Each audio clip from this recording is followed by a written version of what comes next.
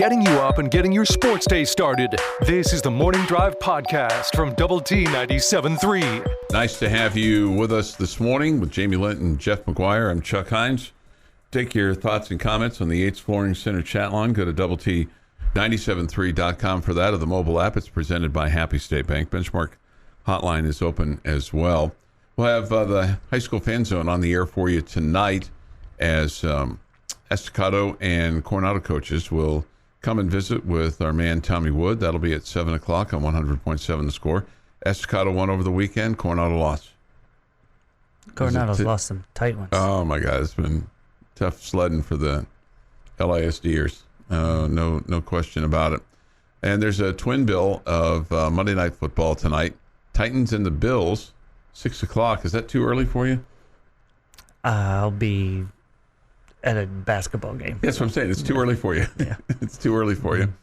Then the Eagles playing host to the Minnesota Vikings as Week 2 comes to a conclusion in the National Football League. We'll get to the Cowboys. They won yesterday. Eked it out. Got a field goal. 50-yarder. Wasn't feeling too good about it, but they got it. They get the win.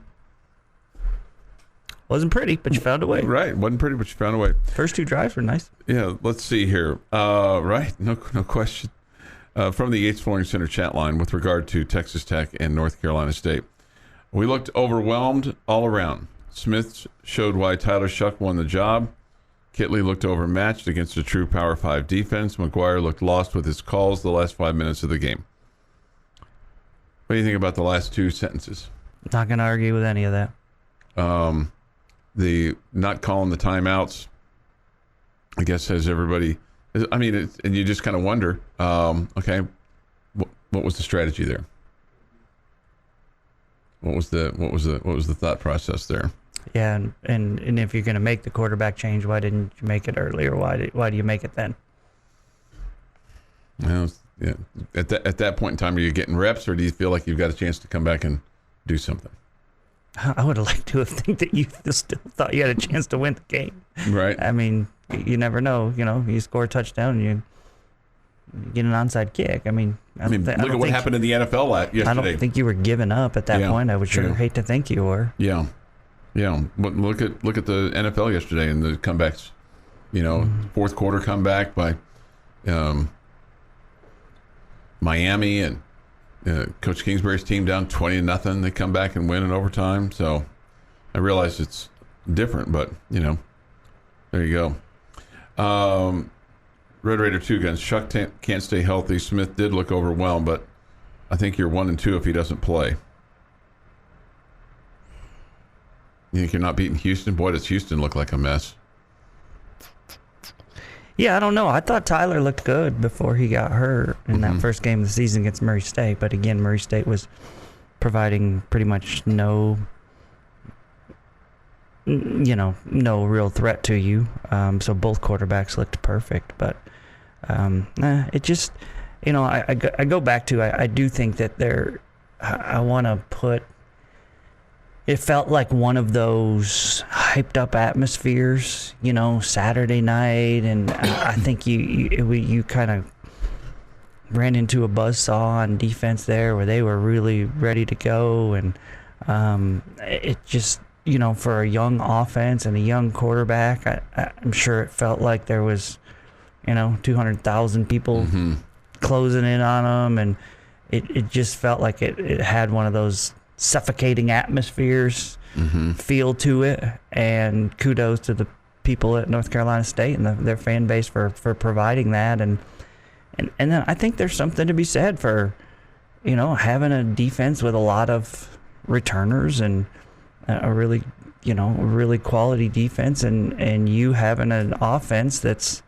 really young. And I mean, that includes the coordinator as well, as young as far as in coaching years. And I just think that all of that experience got the better of you, and it overwhelmed our guys. It just looked like they could never get a foothold. But I don't know that it makes me feel like this quarterback or this offense can't be better than it was on Saturday. But it definitely or the offense as a whole can't be better than it was on Saturday. But you'd be just complete head in the sand if you're not looking at Saturday and saying that was a bad offensive performance all the way around. Bad offensive performance. And if you weren't saying, okay, well, that scares me a little bit for the rest of the season, because you expect in the Big 12 you're going to see some tough defenses and all that as well. But we've seen Donovan have some bad games, and we've also seen him bounce back and play really well in other games. Well, last week it was in the same game. Yeah, that's fair. I'm not giving up on this team. At the same time, I think it's definitely going to be a challenge for this team to get to bowl eligibility. But that was a really ugly offensive performance. There's no way to get around it. Yeah. And there you have to lay blame on everybody that's associated with the offense. That's just the way it is. A couple things here from the Yates Flooring Center chat line. You two armchair quarterbacks absolutely sound stupid. Oh, okay. Absolutely. That's absolute. I don't know that I deal in absolutes. We look like a team who only has one coordinator with Power 5 experience. I have no doubt Kitley will learn at this level. You can't keep doing something until it works. You have to adapt. Okay, I'm sure if they went back and looked at it, there'd probably be a couple things that they would do a little bit different. Obviously Donovan Smith would. You get into a situation where you're down 13-0, you're driving, you get the ball down to the 28, and you throw a pick six. If you don't throw the pick six, is the game a little bit different? Maybe not. Well, again, it was miscommunication between receiver and quarterback. Somebody read the defense wrong, or somebody ran the wrong route, or expected the receiver to run a different route because the receiver was nowhere near. He went straight down the field, and Donovan expected him to turn in. Mm-hmm. So that's not necessarily like a decision. Donovan didn't say, hey, should I throw the pick six here, or should I check down to my tight end? Okay? I understand. It wasn't a decision. I understand. But you just got to clean that up. Mm-hmm. You can't have those instances where you're not on the same page, because it cost you dearly. Yeah. Dearly. It's a big play in the game. Yeah. And then some of the decisions, when you're down just a couple scores I believe it was in the third quarter, you're going for 4th and 8 and your side of the field. It just felt like in those decisions with a young offense, you're putting a lot of extra pressure on them at that point. And I don't know that clearly your offense didn't handle that real well. No, because you. And I don't know where I don't know where the confidence came from, because your offense hadn't been good. It's not as if you're like, hey, we've been moving the ball against these guys, 4th and 8 at our own 35. This is easy pickings. Yeah, and that might have been a ball game play right there. No, it surely didn't help. Might have been a ball game play right there. But maybe, I don't know. If you're the coach in that situation, are you sitting back there and going, our offense has showed no life, no spark whatsoever. Maybe we need to show some confidence in these guys. We need to give them a chance to make them play. I don't know. Is that what you're thinking in that situation? I don't know. I've never been in that situation. I get it.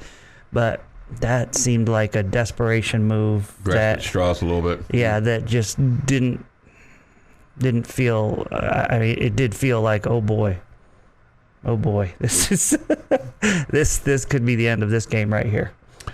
Let's see here. A couple things here from the Yates Flooring Center chat line, 624. We might win 2 more games if that's our offense the rest of the year.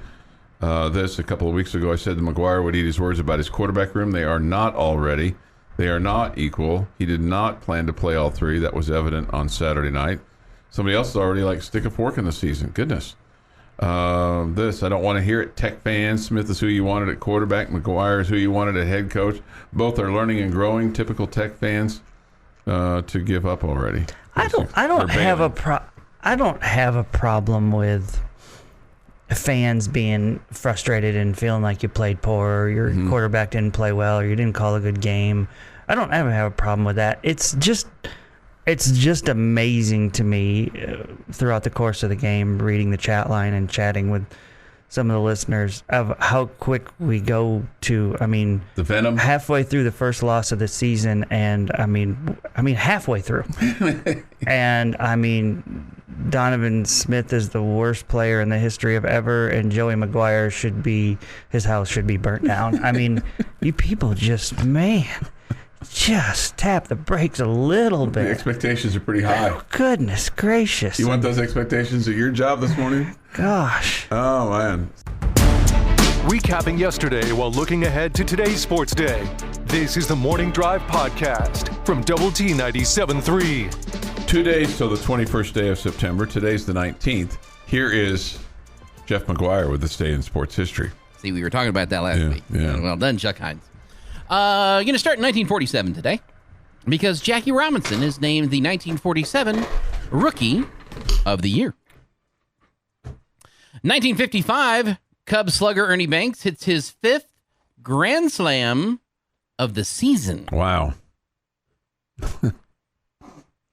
1968, Denny McLain's 31st win for the New York Yankees is helped by Mickey Mantle's 535th home run. Wait a minute. Denny McLain? McLain, sorry, yes. Denny McLain, Denny. Yeah, he pitched for the Tigers. He was pitching for the Yankees in this one. Denny McLain. MCL, I think. See, he was for the Yankees in this one. No, Denny McLain pitched for the Detroit Tigers. I'll effort that here in a minute. Okay. 1973, Frank Robinson of the Angels homers in his record 32nd Major League Baseball park. Would you care to take a guess which stadium this was in? Frank Robinson, 1973. This is his 32nd Major League ballpark that he had homered in. So it had to be a new ballpark. Yep. I'm going to say Kansas City. No. That is the correct answer. What was it? Arlington Stadium. Oh, okay. What? Yeah. Well, when he said 70, he played the National League for a number of years and then got traded to the American League. So but Arlington makes sense because it's the 50th year. Yeah. 1986, Chicago White Sox Joey Crawley no-hits the California Angels 7-1. 1988, American diver Greg Louganis smashes his head on the diving board during a 3-meter springboard preliminaries in the Seoul Olympics.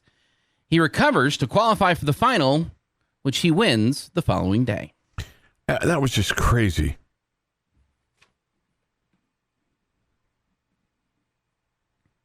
$1992, Barry Bonds joins Willie Mays and Howard Johnson and Ron Grant as having 2 30-30 seasons with home runs and stolen bases.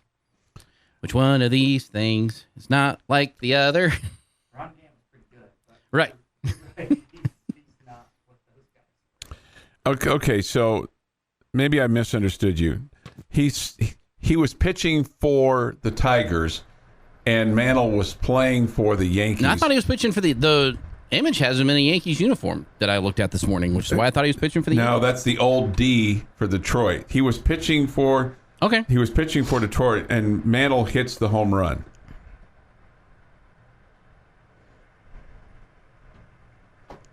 $1993, Take 2.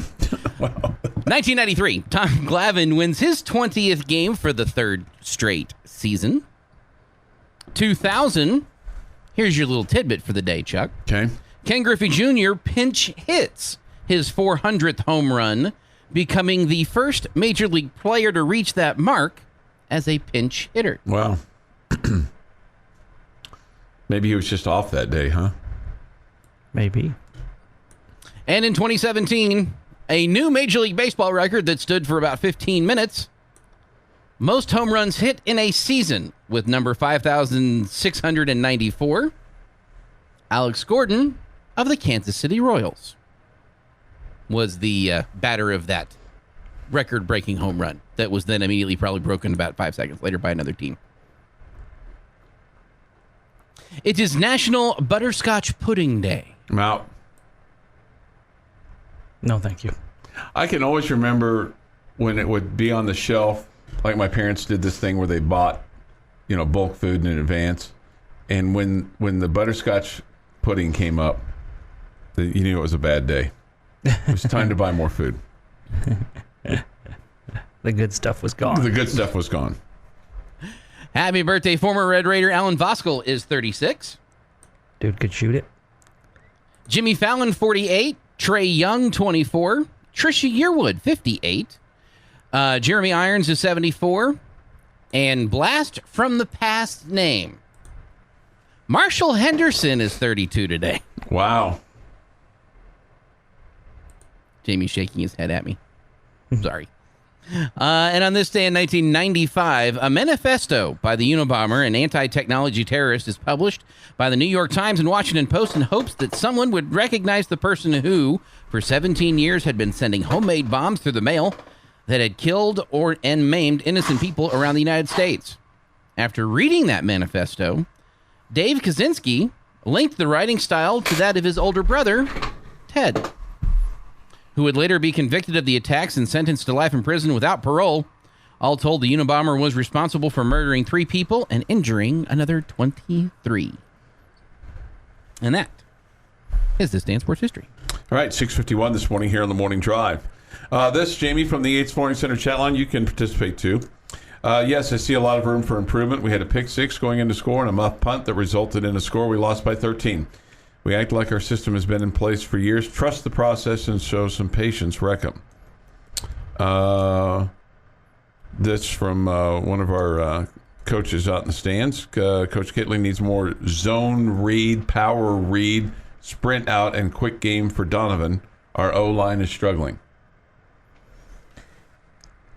Oh, that's something you could try a little bit more of. I think that we saw them really try to pound to the inside, specifically a lot on first down this past Saturday night, and it just wasn't working. Maybe getting to the outside we'd have more success there. It felt like I felt like Sir Roderick looked really good on Saturday night. Every time it seemed like he had the ball and it was more to the outside than the inside. It felt like he was, running with a lot of energy.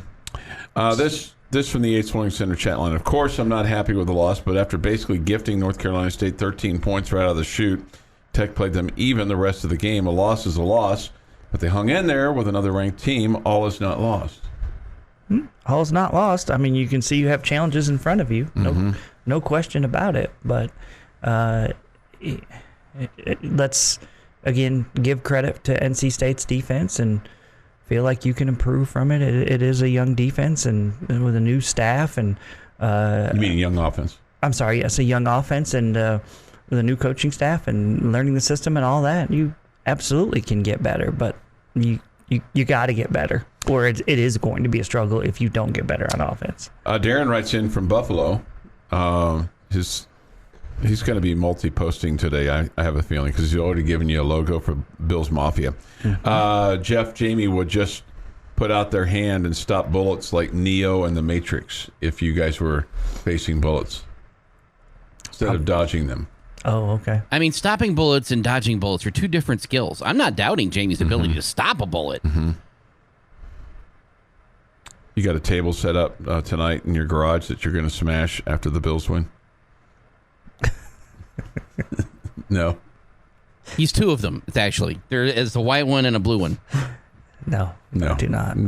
Okay, I was just checking. I didn't think that you would, but I was just checking to see if you put a big spread out in the garage and have your garage TV set up and your Mountain Dews and your lawn chair, and then when it's all said and done, you do a big leap and go in and tell the missus that you needed to clean up and go to bed so you can get ready to come back and tell us all about it the next day. Yeah, get ready. I'll be here to tell you all about it tomorrow morning. Chuck, Jamie's got a really nice basement that he can go enjoy the game in, and besides, he'd have to move his car out of the garage first. Oh yeah, right. There's that. Do you think there's a what? Put your car in the garage? Who would do such a thing? Do you think there's a quarterback competition this week?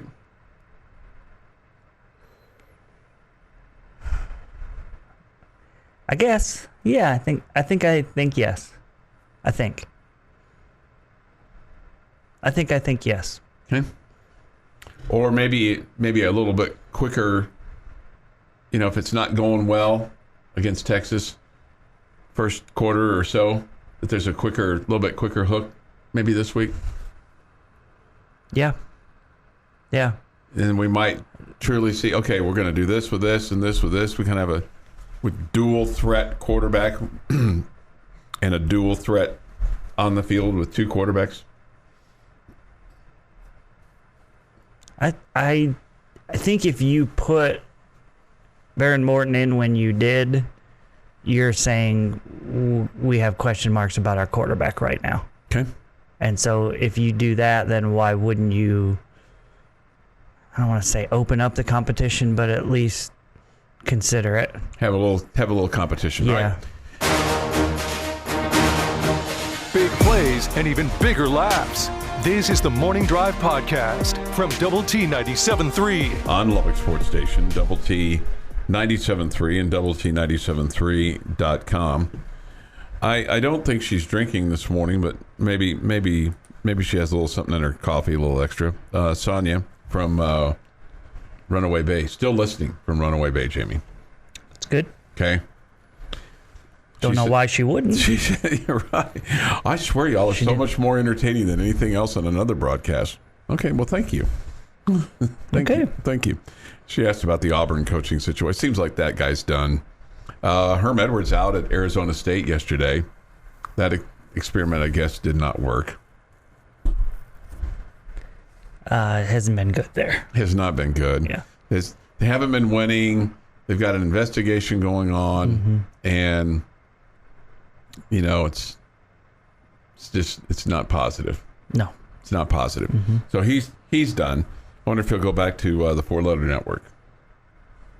Probably so. Yeah, probably so.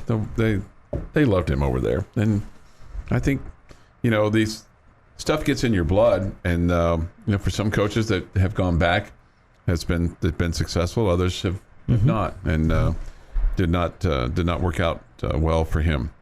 So he's gone. Scott Frost is gone. So that's two coaches that have been canned here in the early portion of the season. Kind of feel like there's probably, I don't know if there's anybody in the Big 12 that's on the hot seat other than Neil Brown. I think that's it. I think there's just, like you've said, too much money out there for him to be dismissed. Yeah, the only other one heading into the season I thought had a chance to be let go this year would be Sarkisian if things went really bad for Texas. Well, he's still got a chance. Things didn't go well for him this coming weekend. Not that he's going to get fired for leaving or losing to Tech, but I mean, it certainly would make them unhappy. Because I think they probably feel pretty good about it. Let's see, Sonia also, she says she's checked the rates for this next weekend for the hotels. She wants to know if anybody has extra room. She'll cook breakfast, Jeff. I won't be home for breakfast. I will be here getting us started for Optimum Game Day Live. Okay. Well, my breakfast will be from the donut shop on my way in. I got you. But I appreciate the offer. We would invite you to stay at Chuck's house, but the dress code there is a little bit lacking. As we say. No, it's fully enforced. There's people that don't need to see that. I don't know if you should go that route, Sonia. I think I'd just pay the $300. Some weekends I'd stay away, but right now it's safe. It's a safe zone. Okay, it's just completely safe zone. You don't have to worry about anything. Tonight, Monday Night Football: Titans and the Bills, Vikings and the Eagles. The Monday night doubleheader. I don't know. I'm just for the one Monday night game. We talked about this a little bit last week. I would just as soon just see the Titans and the Bills tonight. Playing at 8. I think that's the better game. Seems to me like that game should be the late game as opposed to the Vikings and the Eagles. Yeah, I mean, we did talk about this a little bit, how it kind of waters down Sunday a little bit when you have so many primetime games. But goodness, boy, the games yesterday. You've got Coach Kingsbury and his group coming back to win in overtime. Kyler Murray et al. You're down 20-0 at the half, and good Lord, Coach Kingsbury's, I don't know what his record is now, trailing at the half, but it was like 3 and something. It was 3 and not good at all when trailing at the half. When he was here at Texas Tech. It was dreadful. And then how about the Miami Dolphins? They're down, and Tua Tagovailoa, who has been somewhat questioned. They thought about bringing in Tom Brady, blah blah blah, and he throws 6 touchdown passes. It's a good day. 2 other guys that have done that for the Dolphins, pretty good. Bob Greasy, Dan Marino. So that's high cotton right there. Those are pretty good. And then I think you got to give the Cowboys some props. They took on the Cincinnati Bengals, who did not play well in Week 1. They get a 50-yard field goal from Brett Maher on the last play of the game.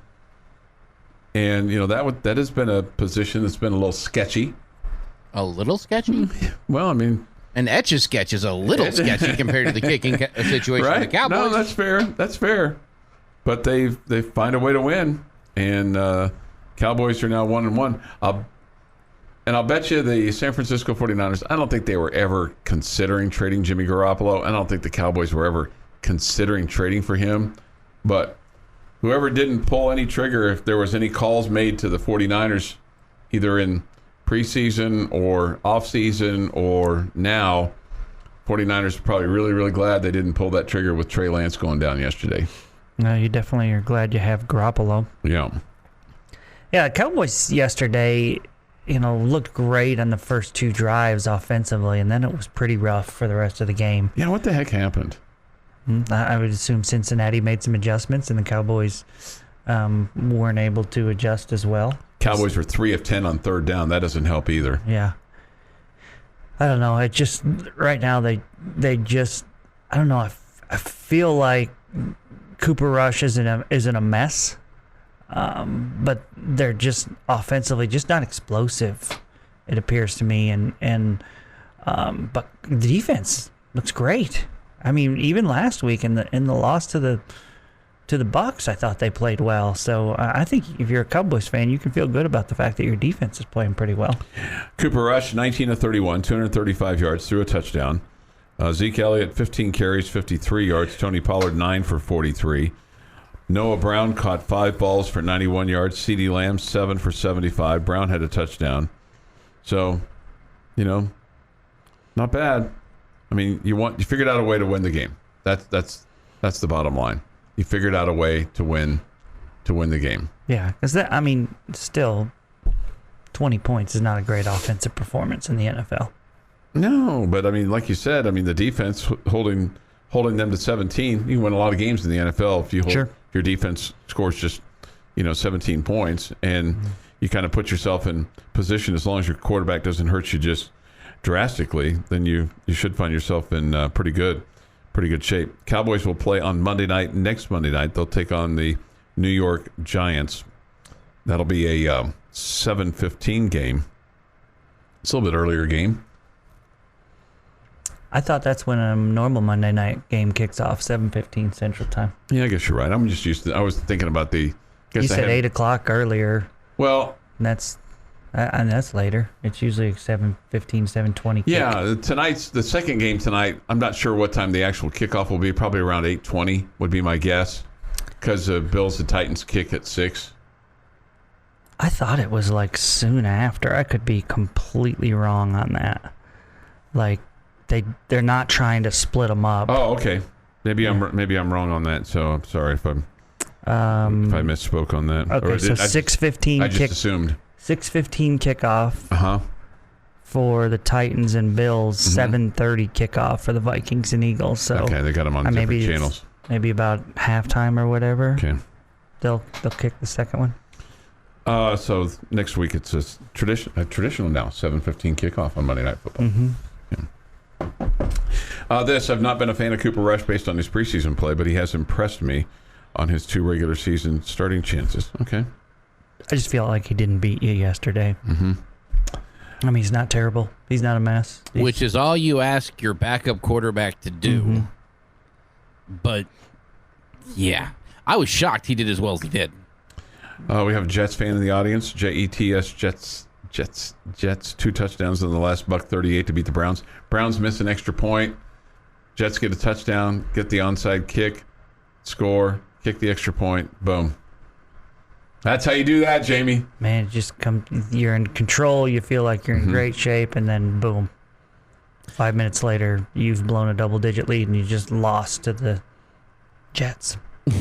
I know we don't worry much around here about over-under betting, but a buddy of mine in Chicago, huge Bears fan, right before the game was debating on going the over or the under, which was at 42.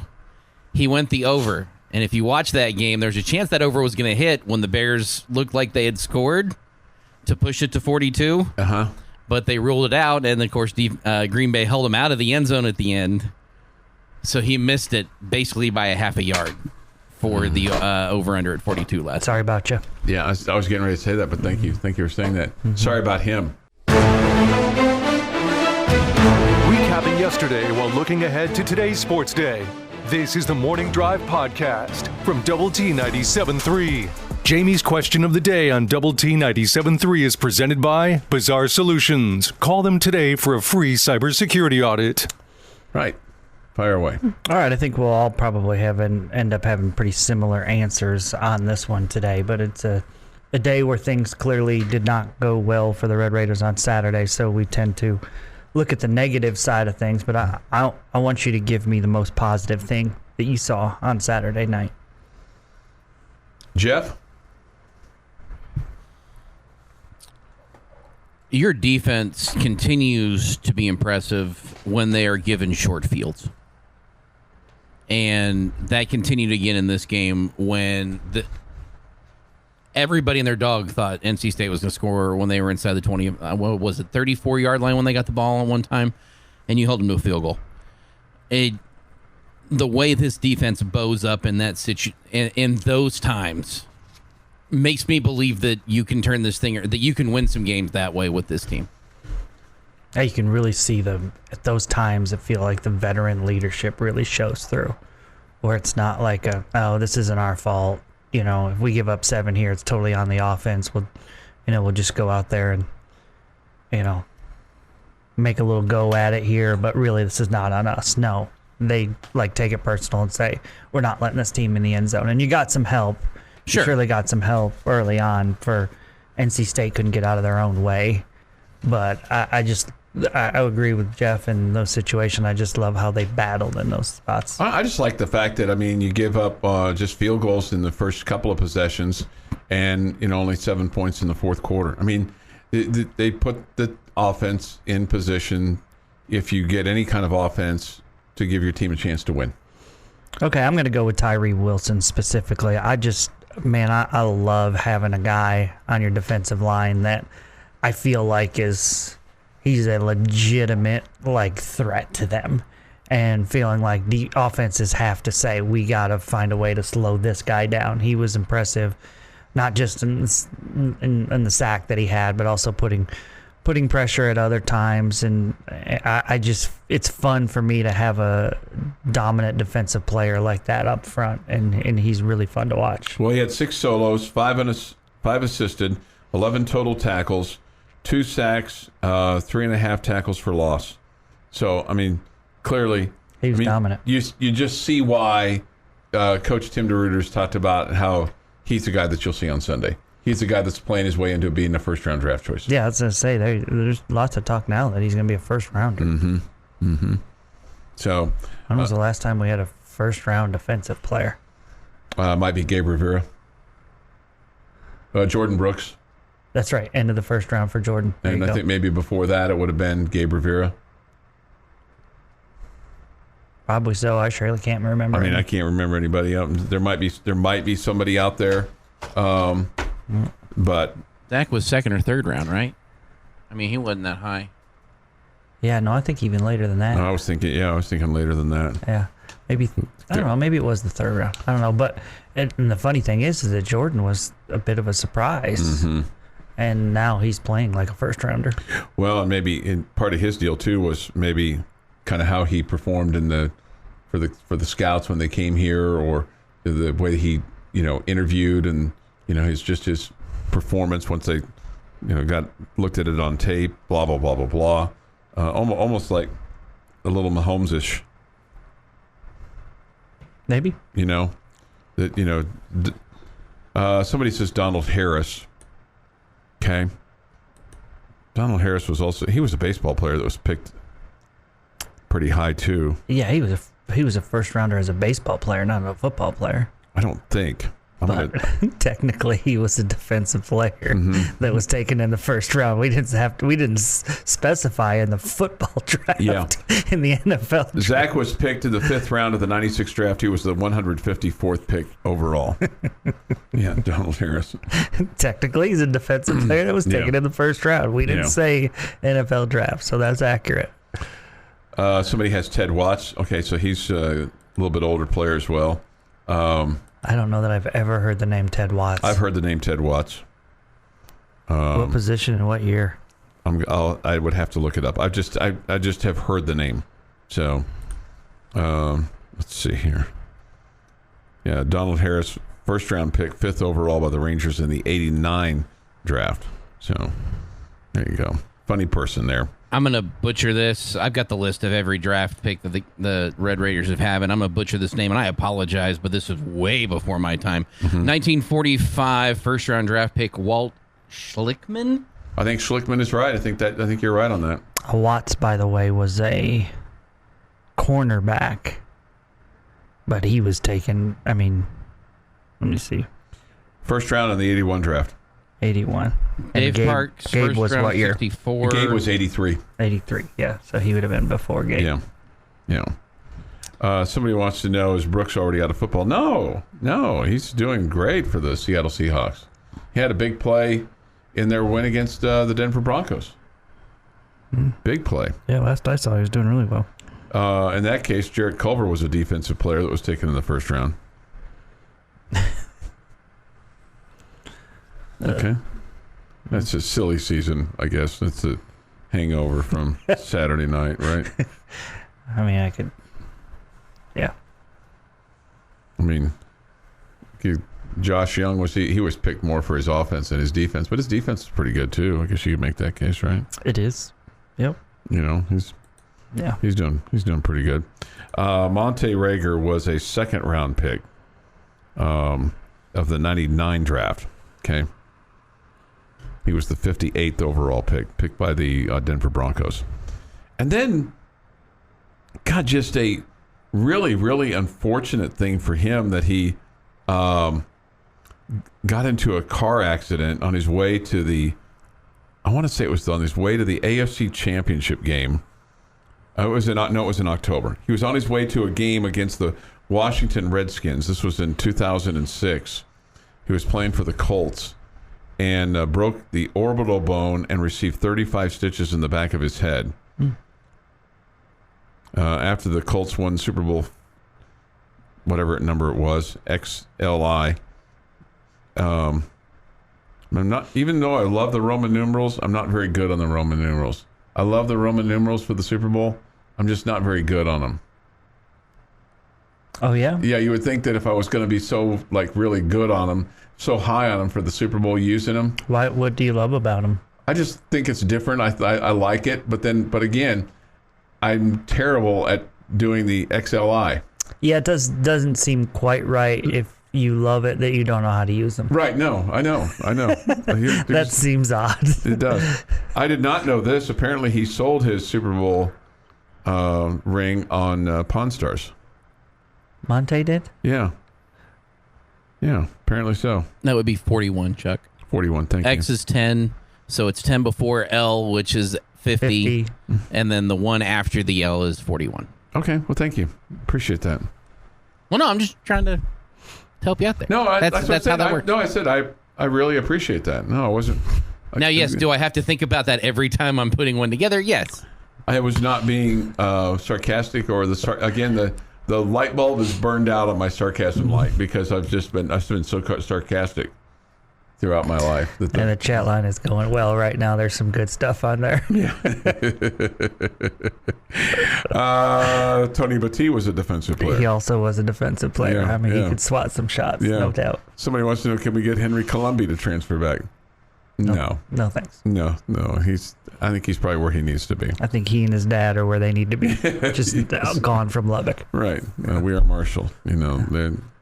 Go enjoy your Notre Dame victory. 7:39 this morning here on the morning drive. If you have a thought, comment. If you want to answer Jamie's question, what you saw positive that stood out the most to you, and you want to share that with us this morning, you can. Go to the Double T 97.3 mobile app for that.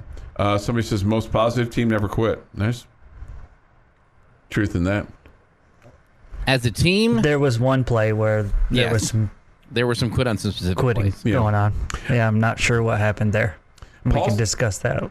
Paul says the LED lights were awesome. A couple that I talked to yesterday at Love Field, they said they were really proud of them. They used them so much. So, they're at you got it, flaunt it, right? Carter Finley Stadium, right? So it's cool, but they were really proud of them. Okay. Hey, you got to be proud of something, right? Why would you not use them if you had them? Right. Yeah, well, I think there are instances where there are reasons not to.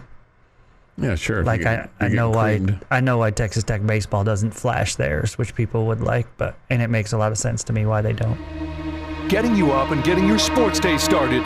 This is the Morning Drive podcast from Double T 97.3. Double T 97.3 and Double T 97.3.com with Jamie Lent and Jeff McGuire. I'm Chuck Heinz. Take your thoughts, comments on the Yates Morning Center chat line. It's presented by Happy State Bank. Benchmark hotline is open as well. Look forward to hearing from you. Robert says this: would the Starburst return work today with all the speed? That is a Coach Butch Henderson favorite. They like that in Plainview too, but the Starburst. Do they? Yeah, I think so. But the Starburst return was a Coronado staple there for a while. So okay. I don't know if that would work or not. So lots of thoughts on this, on the special teams. Let's see here. I wanted to go back to one. Where I was talking about the hidden yards that were missed. One guy's figured it up. He has 75 in his head, so I don't know if that's accurate or not. But there's a lot of hidden yards that were missed on Saturday, no question. Yeah, I think that's probably a combination of not calling for fair catch on the kickoffs, and then probably not getting to some punts where the ball rolled a little bit. And sometimes that's impossible. I mean, sometimes that's impossible, where it's a shank or it's intentionally kicked as a rolling ball, and you don't want your punt returner to go over there and get in front of it and try to field it like a shortstop, not knowing where the ball is going to bounce, and next thing you know, it goes off his shin. I think another thing that hasn't been touched on that maybe should be, I'm not saying it's cost you the game, but I mean, if there was one guarantee heading into the season, it was, man, our punter is awesome. Guess what? Our punter hasn't been awesome. He's been bad. I know it's not costing you the game. I mean, your struggles on offense is costing you the game, but oof, man, what's going on there? He had one good kick, and it wasn't like Austin good kick. It was just a good kick. I don't know. It's just like we also have such high expectations for him, and it's like, man, that was bad. He punted 6 times. Average yards per punt was 41.2, but inside the 21, he did have one that was 50 plus. 3 of his punts were fair caught. No, I'm sorry. That's 2 of his punts were fair caught. Like, that's how that works. Anyway, the bottom line is, it's not been. Been great. There were 2 the other night. They were in the 30s. I mean, again, you expected him. Okay, here's what we can count on. This guy's going to kill it. I mean, this guy's going to do his job and be really, really good. And that has not been the case. I'm just going to take this guy's stats at face value. I'm just going to say they're accurate. I'm not going to go back and fact check him. 75 yards last game, 200 yards this season by refusing to not fair catch. Only kickoffs, the simple thing. Okay. Yeah. Okay? But again, and that goes back to on some of those balls that you're returning and you're not getting to the 25-yard line, you're also getting a holding call or a block in the back. Mm-hmm. And so then now you're not at the 25, now you're at the 7 or the 8 or whatever. So that's, whatever you want to figure that's 17 yards or whatever difference. Yeah. Those things add up. And again, I think the play calling, especially with a young offense, it changes a little bit when you're at the 25 compared to when you're at the 7. Well, here's the other thing is you got to catch the punt, because if your offense is going to be anemic, or if you're going to be playing with a quarterback that's only had 6 starts, or your offensive line is weakened because you're down a starter, or combination of any of those things, playing a defense that's got 10 guys coming back, you got to catch the ball. That's the bottom line. You got to catch the ball. Well, again, it doesn't necessarily mean that one play costs you the game, but you have a muff punt that leads to a touchdown, you have a pick six that leads to a touchdown, and you lose 27-14. Okay, so I'm going to tell you in kickoff return, I am a fan, even in the college game. Mm-hmm. I am a fan of not calling the fair catch all the time. Okay, I want to see. It's to me. You have to factor in the risk and the reward, okay? And you say, man, is it worth it to give yourself a chance every once in a while to maybe create some excitement with a good kickoff return, even if it's only out to the 35 or 37? Okay, that creates some momentum. I am a fan. That is my style for the college game on the kickoffs. But after 2 games where I've seen you be not good in the return game, that changes my style. Okay, here's what I have with my team. Right now, we're not coming close to breaking anything. We keep putting ourselves in a bad spot. My style's going to change. So I'm going to adjust, and I'm going to say, we're going to call for a fair catch now. So would you say, even if it's inside the 10, you're still going to give that returner a little bit of leeway, or if it's inside the 5, you're going to give that Well, if he's definitely in the end zone, call for just catch it and take a knee. Okay? Inside the 5? Again, as of now, yes. I would have said no at the beginning of the season. Okay. I'm going to let a guy make a play. But now, I'm making an adjustment. I'm changing because I see what my team can do right now, and it appears to me that that's an area of struggle for them. It's only negative. Yeah. So I'm saying the risk has gone way up, and I haven't come close to a reward. So I'm going to fair catch that. Because it seems like if you return it on the kickoff return and you get stopped inside the 20, it just creates huge momentum for the other team. I feel that way. Okay. I feel that way. I feel like if you start the ball inside your own 20, when you could have fair caught it and put it out to the 25, I just feel like it puts your back against the wall a little bit, and it gives the other team a little bit of an advantage. I'm not saying it's like. It definitely gives them a little bit of an advantage. Yeah, but it gives them. I feel like it gives them momentum. I feel like it gives them momentum. Somebody says this: fair catch every single time. We cannot handle getting penalties or funneling. We are not a smart team. At this point, on the kickoffs, that's where I'm at. Because we just, and it's not as much the returns that I'm having an issue with. It's the penalties that are putting you back. That to me, and you did better at this game than the last game. The Houston game, it seemed like it was every kickoff we were picking up a penalty. I think I said the muff punt led to the touchdown, but it was a field goal, so it's 10 points. Yeah. No. But still, I mean, you can't. So your defense stiffened up. They Credit to your defense. did a great job. Credit and to your NC defense. State hurt themselves with some penalties on that drive too. They scored on the one play. the receiver passed to the quarterback, and the the offensive lineman was in the back of the end zone going, "What? They got me for illegal man downfield?" He was like, where was that play? That play started at like the 3-yard line, and he's at the back of the end zone going, "What? They called me for that?" Centex Hank said this, and I did not listen to the game. Radio guy said Austin had a sore, bruised leg. Okay, that has not come up in any of the conversation. It could absolutely factor into his struggles. Yeah, no doubt. But I mean, not that every injury has to be revealed, but that is. It looks like it's definitely affecting him. If that's true, it's definitely affecting him. Maybe that's a question for today. Is he struggling with that?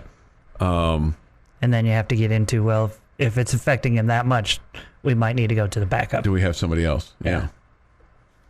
And I don't know who the backup is, if it's Trey Wolf or if it's somebody else. We're not saying that his normal 54s are landing at 48. Mm-hmm. We're saying it's shanked and it's 32 or whatever. I mean, there's been some ugly ones. Yep. So, like I said, I mean that has not come up in the previous Mondays where Coach McGuire has talked about it. But he's said if a player's out, he'll let you know. So sure. It's not been, whatever it is, it's not been bad enough for him to be out yet. Mm-hmm. How about that? Yeah. And he's been very fair with injuries and injury notifications and things along the line. How about Bryce Ramirez? Man, got thoughts and prayers for that poor young man who is still in Raleigh as they're trying to stabilize. I'm sure that he's had surgery or they've done something, but at some point in time they'll transport him back. But who knows if that'll be by air or by car. Yeah, good luck to him. That looked rough. Yeah, and too bad because he was just put on scholarship. Not just, but I mean, this guy that didn't come here as a scholarship player. And he was playing great right off the bat Saturday. You've been listening to the Morning Drive podcast from Double T 97.3. For more from Lubbock Sports Station, go to doublet973.com.